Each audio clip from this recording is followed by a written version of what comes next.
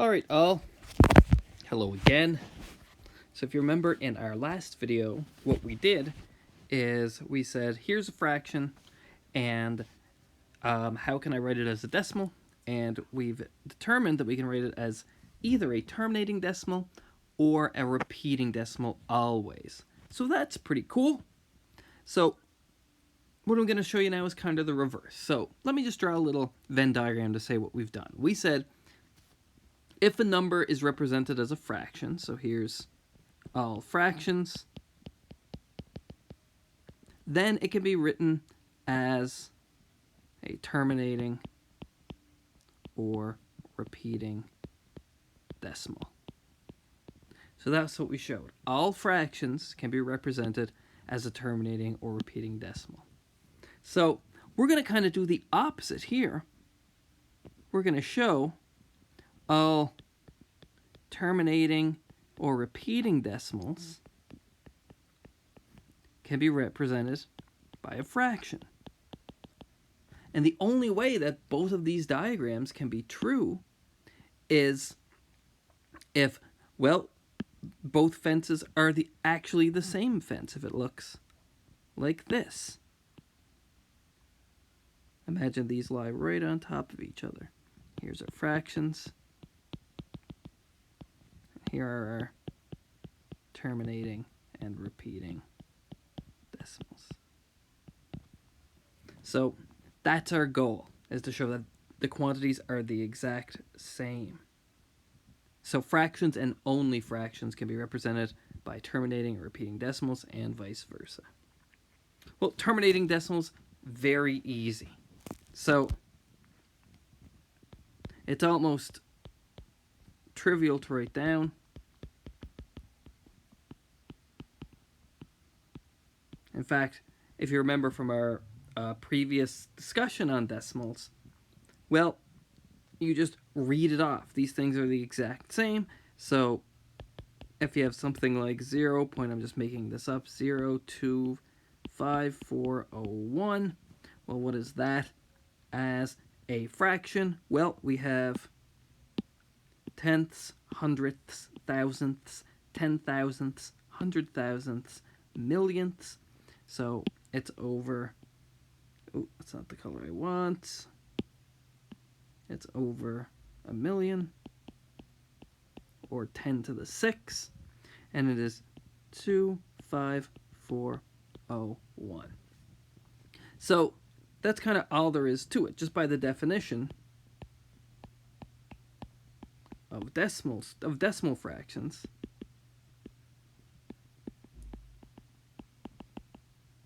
This can always be done. That one was easy.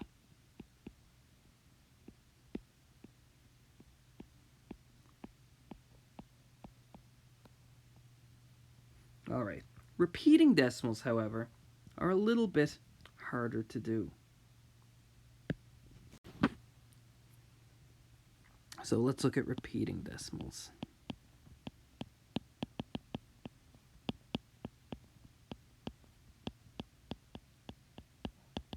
We have to be a little bit clever to think about how to do this. Again, I'm going to show you a method that works for any repeating decimal. I'm not going to prove it just because the details get a little fiddly, but hopefully you can get an idea of how this would work for any repeating decimal that you like.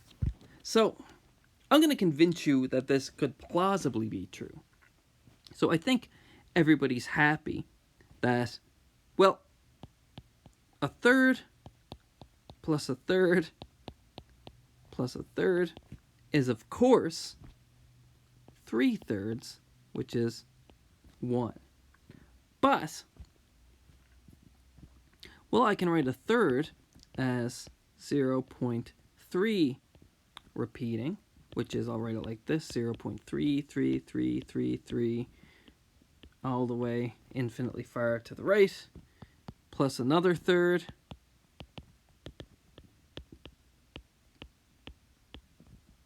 all the way infinitely to the right, plus another third, all the way infinitely to the right. So we should be able to come up with a fraction to do that. So if we add these, if you look here, we get 3/3, which is 1.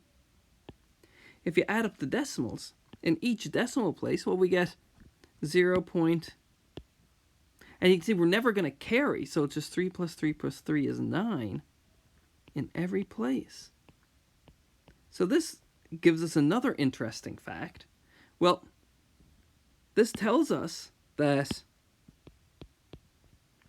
0.9 repeating is the same thing as the number 1. That's kind of a weird thing. So that's our first weird thing that we've learned, is that because we can write 1/3 as 0.3 repeating forever, well, add up 3 copies of that and you get 0.9 repeating forever, but 3/3 is 1. So that's kind of weird to think about, but I do assure you that makes sense. 0.9 repeating is the same thing as 1. So let's see if we didn't do it that way, if we had something a little more complicated. What's a good way of thinking about this? So let me remind you, so if we have 0.27 repeating. So I think we did something along the lines of this example in a previous video. We kind of went the other way. But if we want to convert this into a fraction, we know we're going to get 3/11ths. So let's see if we can think about this so that it makes sense. Well, 0.27 is just 0.27 repeating infinitely far to the right. So, well, let me just remind you guys of what these things are. So these digits under here are called the repetend, and it has a period of 2 in this case, because there are 2 digits, 1, 2, under the bar. There are 2 digits that repeat. So we can kind of do something similar to what we did above. It's not too far off. We're going to subtract 0.27 from some multiple of itself, or should I say 0.27 repeating. So let me write this out. 0.27272727 all the way to infinity. That's 0.27 repeating. In fact, maybe instead of that, let me call that x. Let me erase this and I'll call it x.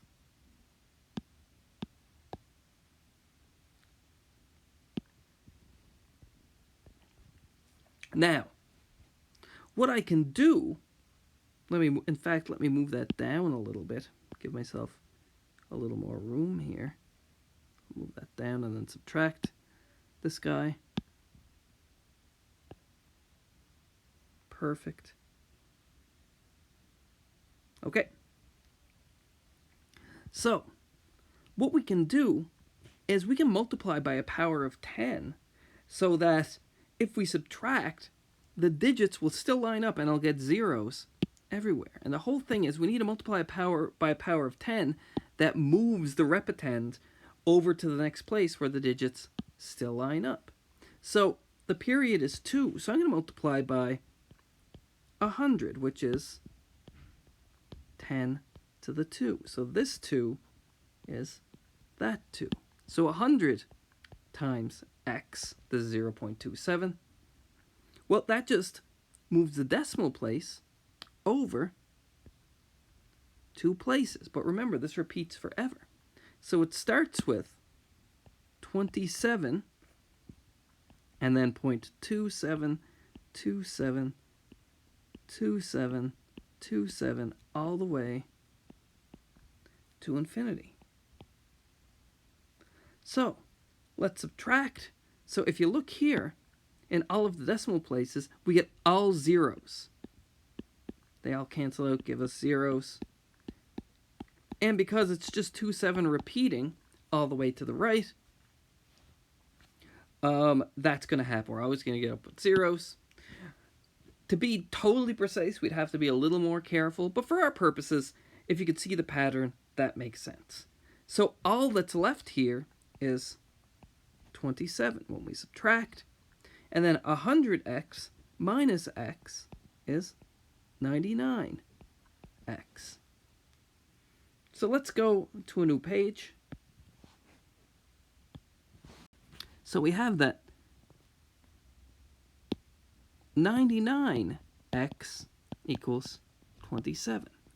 So we want an expression for x as a fraction. If you remember on the last page, x is 0.27 repeating. So if we divide both sides by 99, what do we get? We get x is 27 over 99. I notice a common factor of 9. 99 divided by 9 is 11. 27 divided by 9 is 3. So we can simplify this to 3 elevenths. So we know that 0.27272727 repeating infinitely far to the right is the same thing as 3 elevenths. So if we look at this, we can do this idea for absolutely any repeating fraction that we like. So let's go ahead. So let me just make up another example. So let's find a fraction representation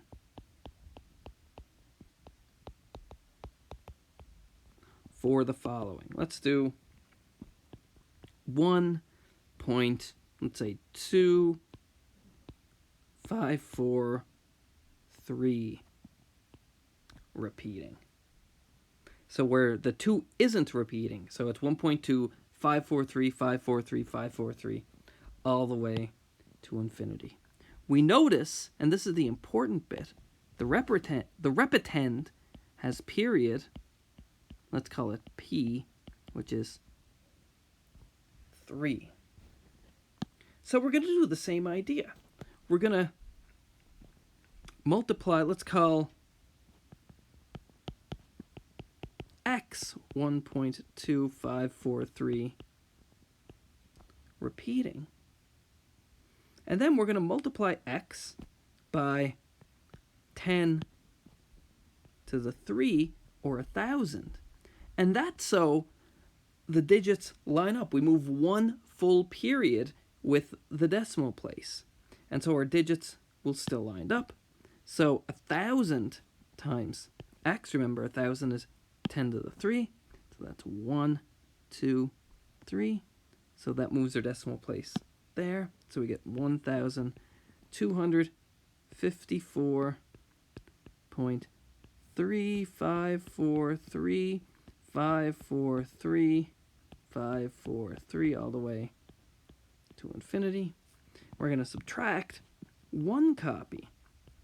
So that's 1.2. Note that up until it starts repeating, it might look different. That's okay. We can deal with that later. But where it starts repeating, 543, 543, 543, all the way to infinity, it starts to repeat. So kind of that key is moving that decimal place of the top number the same number of places as the period. So that's what I'm doing here. Okay, so I did that. Let me subtract. So 1,000x minus 1x is 999x. Remember, 10 cubed is 1,000. And what do we have here? This is 1254 point, or sorry, I'm subtracting. That should be a 3. 1,253.1. All right. So let's solve for x. Divide both sides by 999. We get x is 1253.1, 1253.1 over 999. But, well, this is really a fraction over a fraction, right? Because this is like 12,531 over 10, because we have a tenths place here. So to get rid of that decimal, let's multiply top and bottom by 10 so that we don't have any decimal places in the numerator.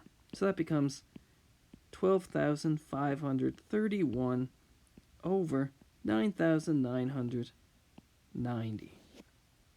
Okay, well, let's try and simplify this now. Do we see any common factors? Well, let's see. So we don't see a factor of 5. We don't see a factor of we don't see a factor of 5 in the numerator since there's no 0 or 5 is the final digit. We don't see a factor of 2 because the last digit isn't even. Do we see a factor of 3 or 9? We can check here. 9 plus 9 plus 9 is 27, so it's divisible by both 3 and 9. 1 plus 2 is 3, plus 5 is 8, plus 1 is 9, plus 3 is 12. Yep, so we do see a factor of 3. So let's divide top and bottom by 3 to help simplify here. Bottom is easy. We get 3,330.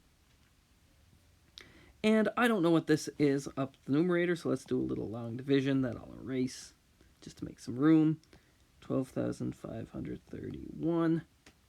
3 goes into 12 4 times with a remainder of 0. Sorry, that's not a 1. That should be a 0. In fact, let me just undo that. 3 goes into 5 once with a remainder of 2. 3 goes into 23 7 times with a remainder of 2. 3 goes into 21 7 times with no remainder. So we get 4,177.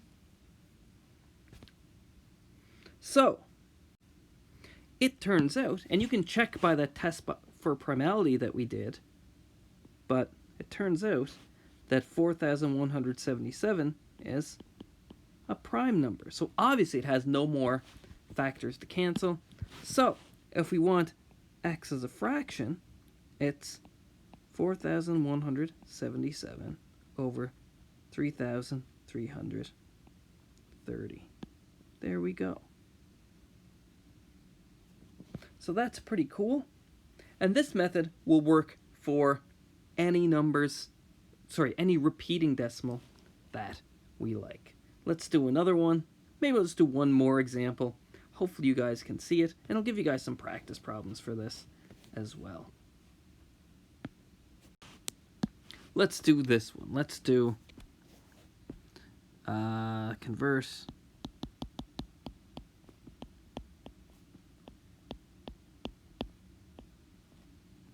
0.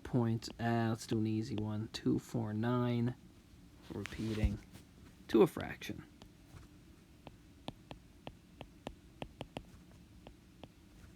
All right. Let's go ahead. So same thing.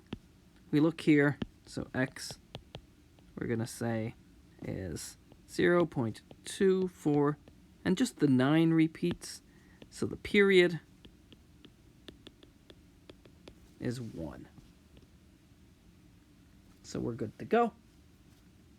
So we'll multiply x by 10 to the 1, or just 10. I'll put the 1 here, but you don't need it because 10 to the 1 is just 10. Minus x, so we get 9x. We know we want to move the decimal one place. So this becomes 2.49999 all the way to infinity. And this becomes 0.24999 all the way to infinity. We subtract. These guys cancel, of course. Oh, that one doesn't cancel. In fact, I have to be careful. 9 minus 4 is 5. 4 minus 2 is 2. And we have 2 minus 0 is 2. Okay, so what do we have? We have that 9x equals 2.25. Well, let's get rid of these decimal places. I am going to multiply both sides by 100. You could do this when you convert it to a fraction as well, multiplying top and bottom by 100 like the last example. It's essentially doing the same thing, so it doesn't matter when you do it. So we have 900 x is 225. Divide both sides by the coefficient in front of the x. So we get that x is 225 over 900. I know that I see a common factor of 25. So I know the last two digits of my top number are divisible by 25. I know the last two digits of my bottom number are divisible by 25. 0 is divisible by everything, so that's really easy. So I'm going to divide top and bottom by 25. 225 divided by 25. So how many quarters make up $2.25 is 9. How many quarters make up $9? That is, you can check with a little long division, but if you believe me, it's 36. And now do I see another common factor? I do. I see 9. So I'll divide top and bottom by 9, and I get 1. And 36 divided by 9 is 4. So I get that x is a quarter. And I know, wait a minute, you're thinking. I know, but a quarter should equal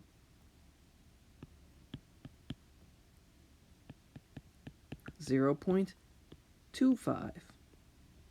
But it's kind of that same thing going on with that previous example that I started with, where if you have a bunch of 9s repeating, it's like having zeros there and adding 1 to the digit beforehand.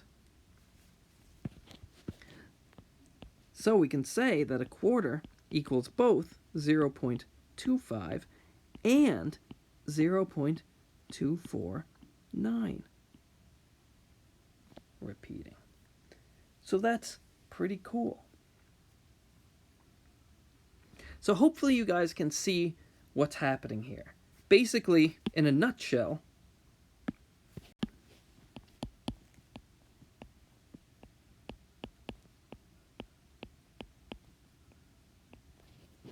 we multiply the number by 10 to the p, where p is the period of the repetend. And once we do that, we subtract it